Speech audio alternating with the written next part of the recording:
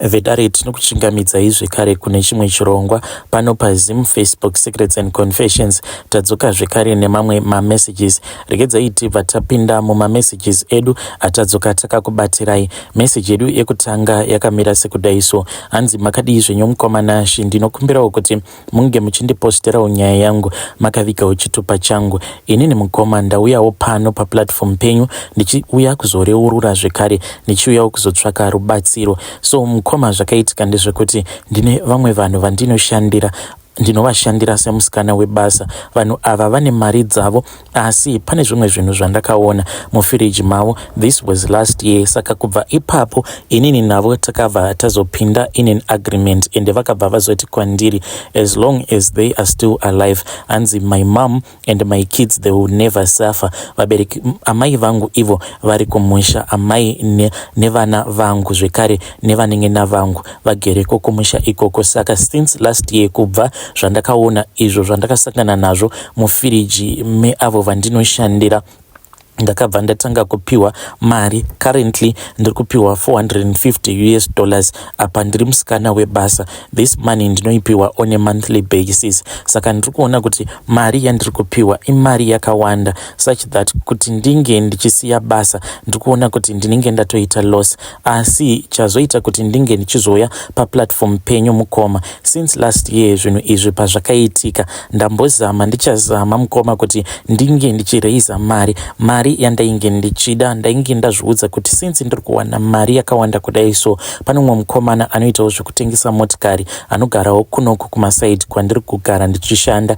Iye akabva andiudza maprices ake emotikari dzaanotengesa. Zvekare akabva ati since ndichimuziva anokwanisa kunditengesera motikari at a cheaper price, even ndichimupa half. But mukoma, each and every month kubva ipapo pandakataura naye mukomana uyu, I am failing kuti ndinge ndichimupa $300 yainge akandiudza kuti each and every month ndinenge ndichingomupa $300, then over azondipa motikari. So ndainge ndakati kana ndikakwanisa kuwana motikari yoendawo pamushikashika, then ndikawanawo kamari kari nani, ndobva ndazotanga kashop, ndobva ndazosiyana navo vanhu ava neurombwa hwavo. But I am failing mukoma, I am getting $450, but dzimwe nguva ndinozotoona kutoti nema problems andinenge ndasangana nawo Mushure Mekunge ndabva mukuwana mari, ndinotadza kana kuzvitengera mafuta angu ekuzora, kushaya kana roloni mukoma, kana sipo chaiyo.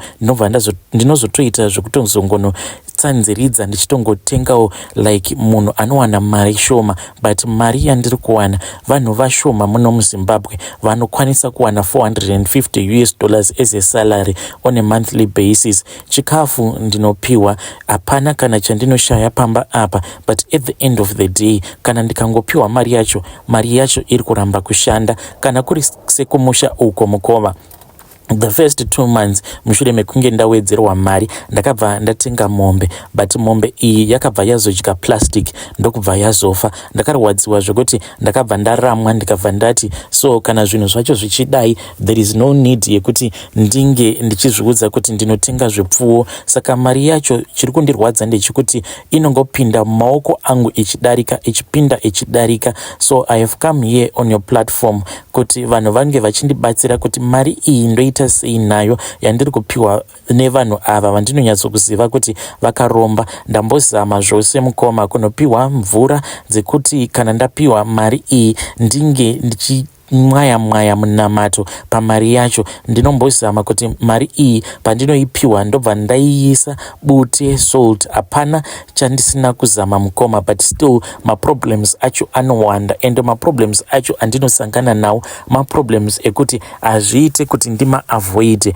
Kumusha uko ndine mwana wangu, mwana mukomana ane 6 years, ani musikanzwa usingaiti. Saka sometimes ndinongoti ndichingobva mukunowana mari, then panobva patouya report ichibva kumusha ikoko, ndichitoudzwa kutoti mwana wangu uyu it's either anenge akatema mombe yevanhu yakavhunika gumbo, kana kuti anenge apisa munda wevanhu, kana kuti paanenge achibatsirana nevamwe kufudza mombe obva azonodyisa magarden evanhu. Saka zvose izvozvo zvinenge zvichida kuripwa. I am talking about zvinhu zviri kuitika each and every month mukoma, $450 iri kupinda mupocket mangu ende inobva yangobuda ndichisara ndisina kana chandiinacho kana ari semafoni mukoma. Ndakazviudzawo kuti from now on ndava kuda kushandisawo foni yakanaka semunhu ari kuwanawo mari yakawanda.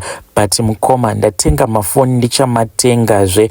Ndinototenga foni nyowani, but foni iyoyo inongotanga kundipa maproblems akasiyana siyana. Ndakatengeserwa kamwe kalaptop ako kainge kachinzi kakabva kuSouth Africa, kainge katori kanyowani keConnex ka laptop ikako kandakatengeserwa ndokubva ndanokapa munin'ina wangu kuti ange achizoita mahomeworks ake, but kalaptop ikako kakangobayirirwa pachaja ka1 kakabva katanga kutongodonha battery zvezve zvokuti within 30 minutes kanenge katopera battery. Saka vanhu vakabva vangoti since kainge kakajairira kuchajiswa nemagetsi then ndokubva kazonoiswa pasolar ndokusaka battery racho rakabva razofa.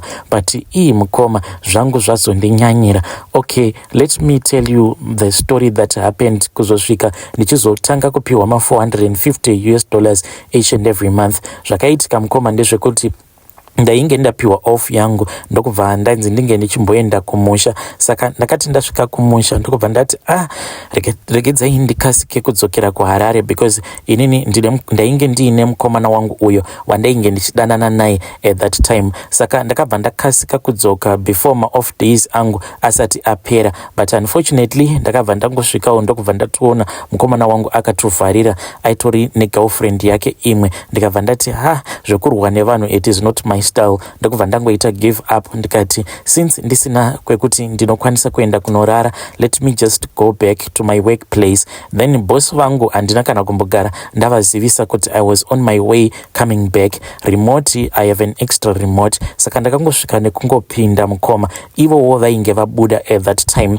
Then ndichinopinda mumba ndikabva ndati since ndatodzoka mumba mainge muine tsvina, ndokubva ndatanga kucleana zvangu pamba. Saka ndakati ndichicleana kudaro, I then noticed kuti imwe deep fridge inogara in another room because vane makitchen maviri, pane imwe main kitchen then kune imwe kitchen kusina mastove, kungori nemafridge zvekare ndiko kwatinoitira laundry ikoko. Saka ndakati ndanotisa kuti fridge iyoyo it was opened, ndokubva ndazoenda paya ndichida kuivhara.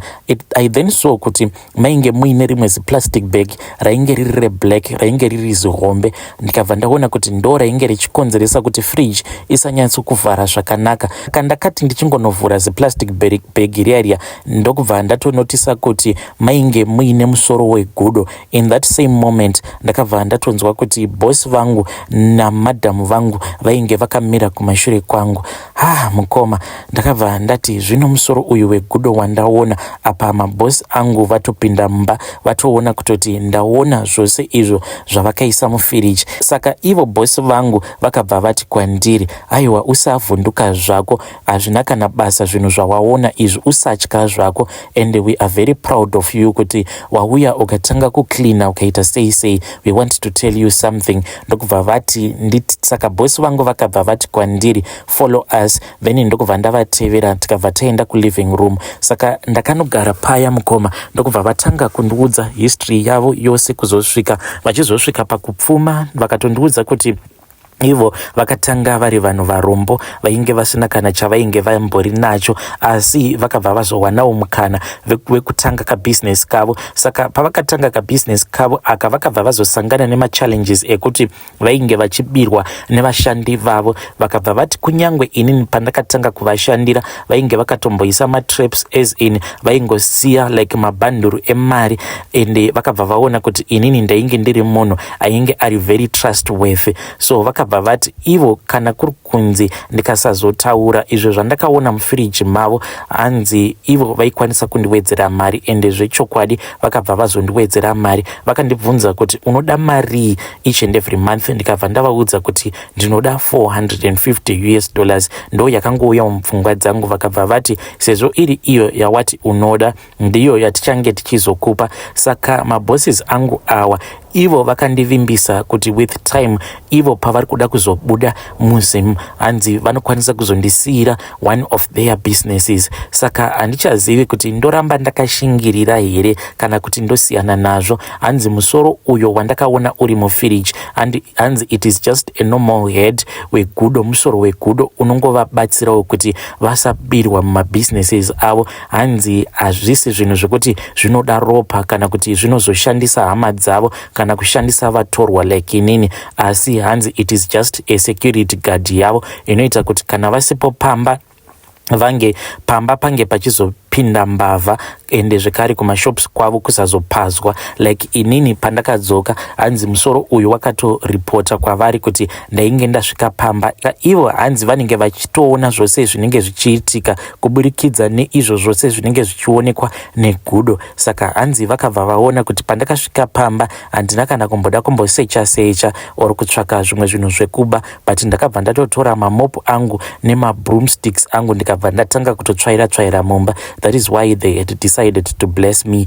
But mukoma, after this blessing ndava kutoona sekunge zvinhu zvekuti zvitori nechituko mukati, because since last year here vakomana ndichingozama kungorizawo mari yekuti nditangika business, but ndazama ndichazama mukoma. Before ndisati ndawedzerwa mari iyi ndaiva munhu aiva nebudget yaityisa zvekuti kamari kashoma ikaku kandaiwana kaindikwanira mukoma. Zvinhu zvekutoti zvava kutondinetsa kuti why is it kudhara ndaikwanisa kumbosurvivor on 110 US yavaindipa pamwedzi, but now ndava kutadza kumanager 450 US dollars mukoma. Ndinotozvivimbisa kuti ndichingowana mari yangu handisi kuda kupinda mutown, but ndinongoti ndangopiwa mari yangu ivo vanokwanisa kungoti tiperekedze mutown pane zvatiri kuda kunotenga, then kana ndasvika mutown muya mukoma ndinobva ndangoita impulse buying.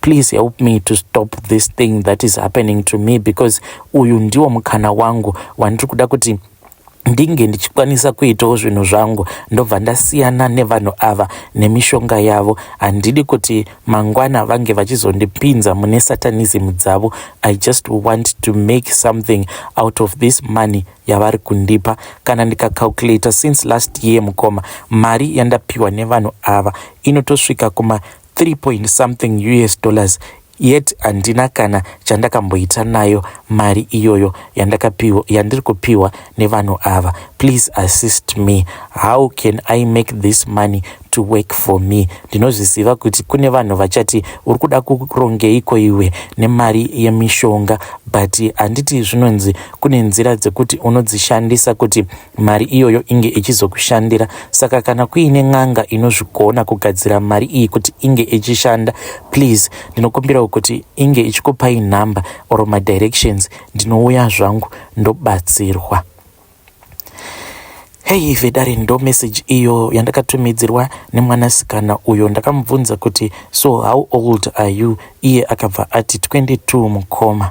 Hey, pakaipa asi ndo zvaakasangana nazvo izvo. Hanzi inini ndakasangana nemusoro wegudo uri mufridge maboss vangu, and the boss vakabva vandiwedzera mari since last year. Hanzi mari yandapiwa inotodarika more than 3000 US dollars. Apa mari iyi ndiri kutadza kuronga nayo. Please ngatimubatsirei mwanasikana uyu mucomment section. Hanzi kune vanozvigona ngavauye kwamuri mukomanashi vobva vasiya madirections or mafone numbers. I will try to make a plan ndobva ndauya ndobatsirwa, asi ndikuda munhu anokwanisa kundigadzirira mari iyi kuti ikwanise kushanda. Please ngatimubatsirei mwanasikana uyu mucomment section. Regedzai tibva taenda panyaya yedu inotevera. Nyaya yedu inotevera yakamira sekudai so. Hanzi makadii zvenyu mukomanashi, ndinokumbirawo kuti munge muchizondipostirawo nyaya yangu makavikawo chitupa changu. Inini mukoma ndikuda kureururawo izvo zvandakaitirawo cousin brother yangu uyo akarerwa nevabereki vangu. Saka cousin brother yangu uyo akarerwa nevabereki vangu ndainge ndisingamufariri zvachose. Hameno kuti why, kubva zvakaenda kunotorwa kumusha nababa vangu ndakangonzwa sekunge kungomuvenga, so maybe it was because munhu akainvada my privacy, because vabereki vangu vakabva vati inini ndini ndaifanira kuti ndinge ndichizoshare naye my room, but room yangu yainge iri diki than spare room imwe brother yangu. Saka ndakabva ndatanga kumuvenga mukoma. Saka baba vangu vainge vari makanika mumba maigara makazara mari, plus dzimwe nguva baba vaikwanisa kuti vakatenga maparts emotikari iyo yavanenge vachigadzira vaisamasiya kugaraji kana ari manyowani vachitya kuti anozobiwa. Saka vaibva vazouya nawo kumba. Mukoma ndakazotaurawo neumwe mudhara, ndakati ndataura naye mudhara uyu iyewo aiitawo zvokutengesa maparts. Saka mudhara uyu akabva ati iye ainge achitsvaka maparts, then ndikabva ndati ndaikwanisa kumusuplya maparts acho iwayo. Ndakabva ndazoba imwe carburetor. At that time motikari zhinji dzainge dziine macarburetor, ndokubva ndazoba carburetor nyowani ndikabva ndanomutengesera mudhara uyu.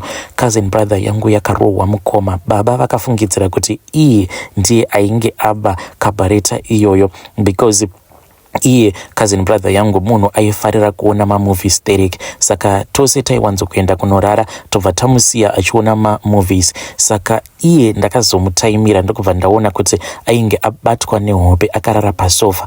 Ndokubva ndaba carburetor iyaya ndikabuda nepawindo. Kafamba usiku mukoma, zveshuwa rainge ritori dhimoni rainge randibata. Ndokubva ndanopa mudhara uya carburetor iyaya kuti ange achiitengesa. Ndokubva ati kana aitengesa achazondipa mari. Akabva azondipa zvake mari mukoma. But patakazomuka mangwana acho makuseni, baba vakati vamuka ndokubva vatanga kutsvaka carburetor iyaya, ndokubva yashayika. Apa munhu ainge akagumisidzira kurara ainge ari cousin brother yangu. Inini ndakangosiya window rakavhurika, ndakangoita kutongokanganwa mukoma. Saka window iri parakazoonekwa, then pakazouya mapurisa vakabva vati hakuna mbavha yakapinda mumba, asi mbavha yainge yatogara irimo mumba. Cousin brother yangu yakarohwa mukoma, yakarohwa zvokuti ndega ndakasvika pakumunzwira tsitsi. But at that time mushure mekunge mapurisa auya, there was no more turning back. Kuti ndinge ndichitaura zvainge zvava kusaita, ndakangoramba ndakangonyarara zvangu ndichita sekunge painge pasina kana zvandainge ndichimboziva. Hanzvadzi cousin brother yangu iyi yakatombotorwa nemapurisa ikatombonovharirwa, but akabva azopa a false confession. Akabva ati ndiye ainge aba carburetor iyoyo, ndokubva ati munhu wacho waakaitengesera ainge asingatombomuzivi. Nanhasi uno mukoma cousin yangu iyi ndinoti kana ndikamutarisa ndinonzwa ndichimunzwira tsitsi kuti zvandakamuitira zvinhu zvainge zvisina kunaka, because from there on akabva azovengwa nababa vangu. Baba vangu vakasvika pakufa vakamuvenga cousin brother yangu uyu, because vaitofungidzira kuti zveshuwa ndiye akaba carburetor iyoyo. Chakanyanya kurwadza baba ndechekuti vakazotenga zvekare imwe itsva, saka zvakavapowa zvikavarwadza zvinhu izvozvo. So vakangosvika mukufa vakamuvenga. Hey vedare, ndo message iyo yandakatumidzirwa ichibva kuna mukoma vedu. What do you think you should do? Voenda here vonokumbira ruregerero, but I think kuti chinhu chakanaka mukoma kuti mongoenda monotaura necousin brother yenyu. Kana zvichiita mobva mangomuripa, mobva mataura kuti this is what I did, because maybe ivo zvakatova affecta, maybe izvezvi zvinhu zvekuti zvinogara zvichingovarwadza. I don't know vedare, please ngativabatsirei mukoma vedu ava mucomment section.